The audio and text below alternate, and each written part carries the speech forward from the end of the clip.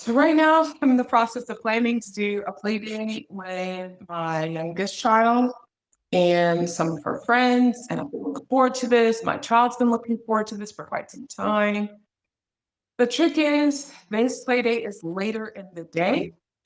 And with play dates later in the day or social obligations, I know that's about where my energy taps out.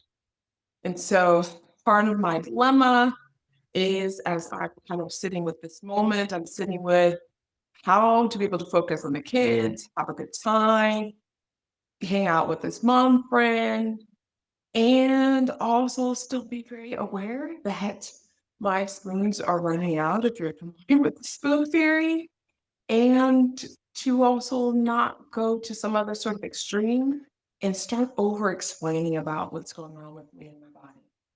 So here we go. Welcome back.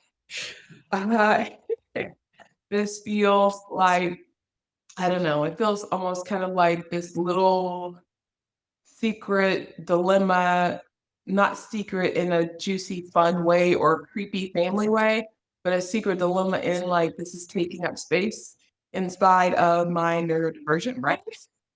So it's not always the most fun, but I'm thankful for this space just to be able to talk about it, to hopefully help process some of this. Hopefully, it takes up a little bit of less space in my brain. So thank y'all for joining me.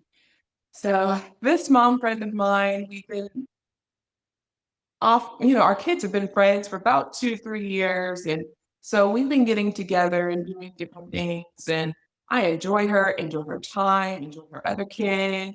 And so I'm already just kind of like looking at my fingers like, stop bringing your fingers. So obviously it's a little bit more anxiety provoking than what I anticipated because I care about this family. I care about this family. I enjoy their company.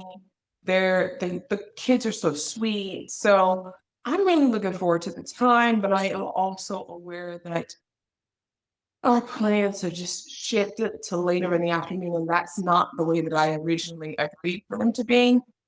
And so eventually just started off with us making plans at 11. And there was some miscommunication between her and myself, mom. And then we had to kind of like shift plans really quickly. So we have one activity with the kids that's about 12, and then our main activity with the kids is at 2. So 2 o'clock that afternoon time is usually a time where my energy starts tanking, my blood sugar starts dropping, and I can't do anything else at that point except for take a shower and go to bed pretty much. So I am not 100% sure how this is going to go, but I also don't feel like I need to give her all the ins and outs about my business. Number one, I don't feel like it's the time or the place. This is supposed to be the time where I'm just enjoying this time with this other family, with these kids, watching them grow. And if you've ever been in a spot like this before, where you're dealing with chronic illness and also trying to figure out social engagements, lower social battery, but also just spoons and energy. And uh, I just realized for those who don't know this food theory, don't know this food theory, check out my video. I'll put it in the description box below and you can find out what that's about. But those of us fellow smoothies out there, you already know that when you start running out of spoons, then you start noticing that you're going to have to dip out really quickly. And so you're in a spot where you have to say something. So my goal, like I said, first and foremost, is just to spend the time. Also, even though I know this family for about 2 to 3 years, I don't know them super well.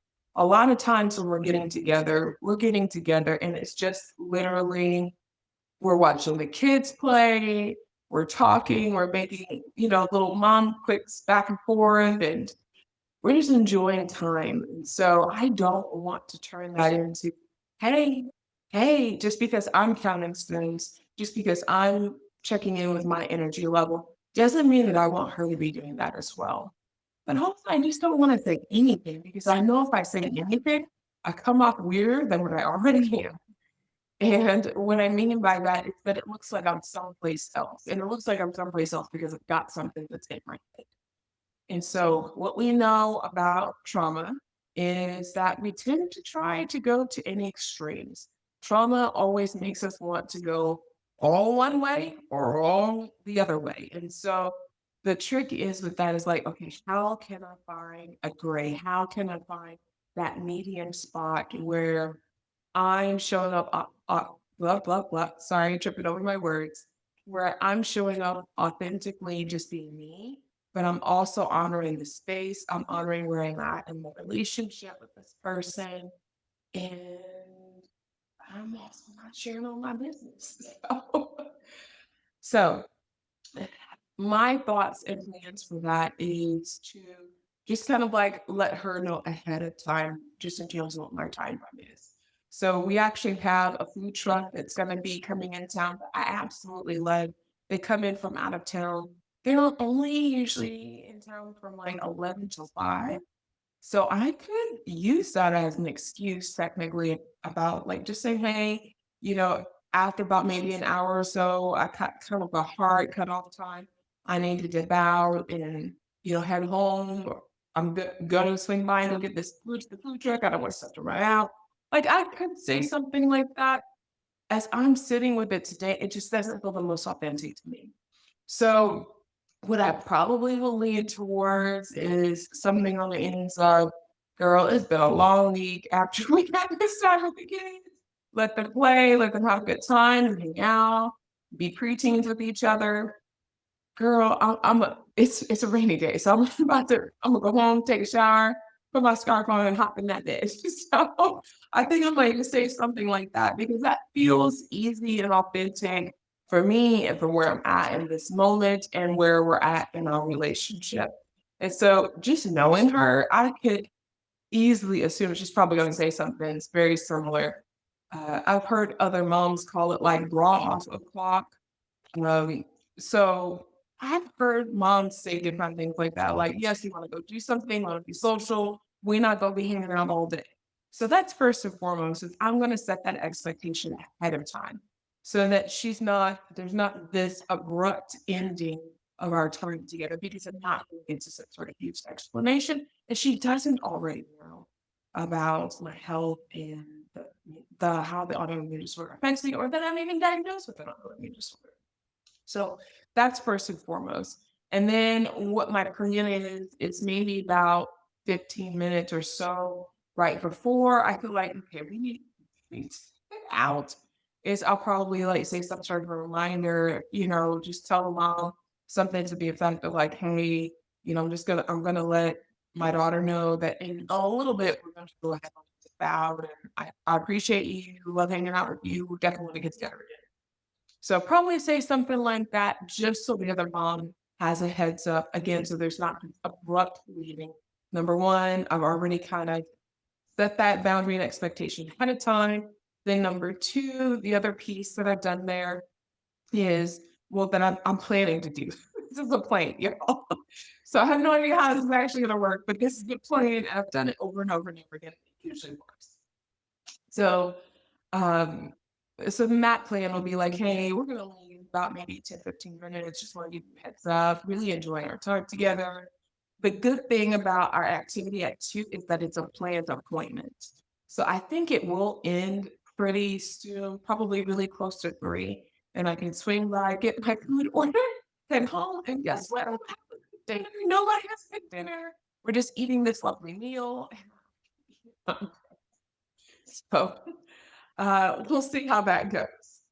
The only thing that I can think of that might make this time might throw me off schedule might be if I start taking sooner than what I originally planned. And by taking sooner than what I originally planned, sometimes my blood sugar just dramatically drops and I don't know that it's gonna happen. I'll feel a little tired. And then like in 10 minutes, it just boom, it just kind of bogged out. So I don't know if that's gonna happen because I'm still waiting on my iron infusion. My iron infusion is in 2 days. So I'm hoping that that doesn't happen sooner in the day. If it does, I live literally all the way on the other side of town from where we're supposed to be getting together with my brother and mom. I've already talked to my husband about it. He was like, do you need to drop me off? I said, I think we're gonna be okay. So, but he's just on standby. He said, look, if I could have just got to come get you, if you're not able to drive, just let me know. I'll come get you. I'll just be hanging out at the house with the dogs, so it'll be fine. So I'm really thankful for him just for being able to be there to support me, to support my kids and our family. Because sometimes things happen that you just don't plan. And when things happen that you don't plan, it's really important to have support. So that's my plan for this really short video. Just wanted to get that out there to y'all. If you've heard something today that's been helpful to you, I do ask that you take some time to subscribe to my channel. I definitely appreciate that. My name is Virginia. I'm a licensed mental health therapist. I'm getting ready to have some fun with my baby, and I hope that you take some time to take good care of yourself, but also to take care of others that are in your life. See you next time. Bye.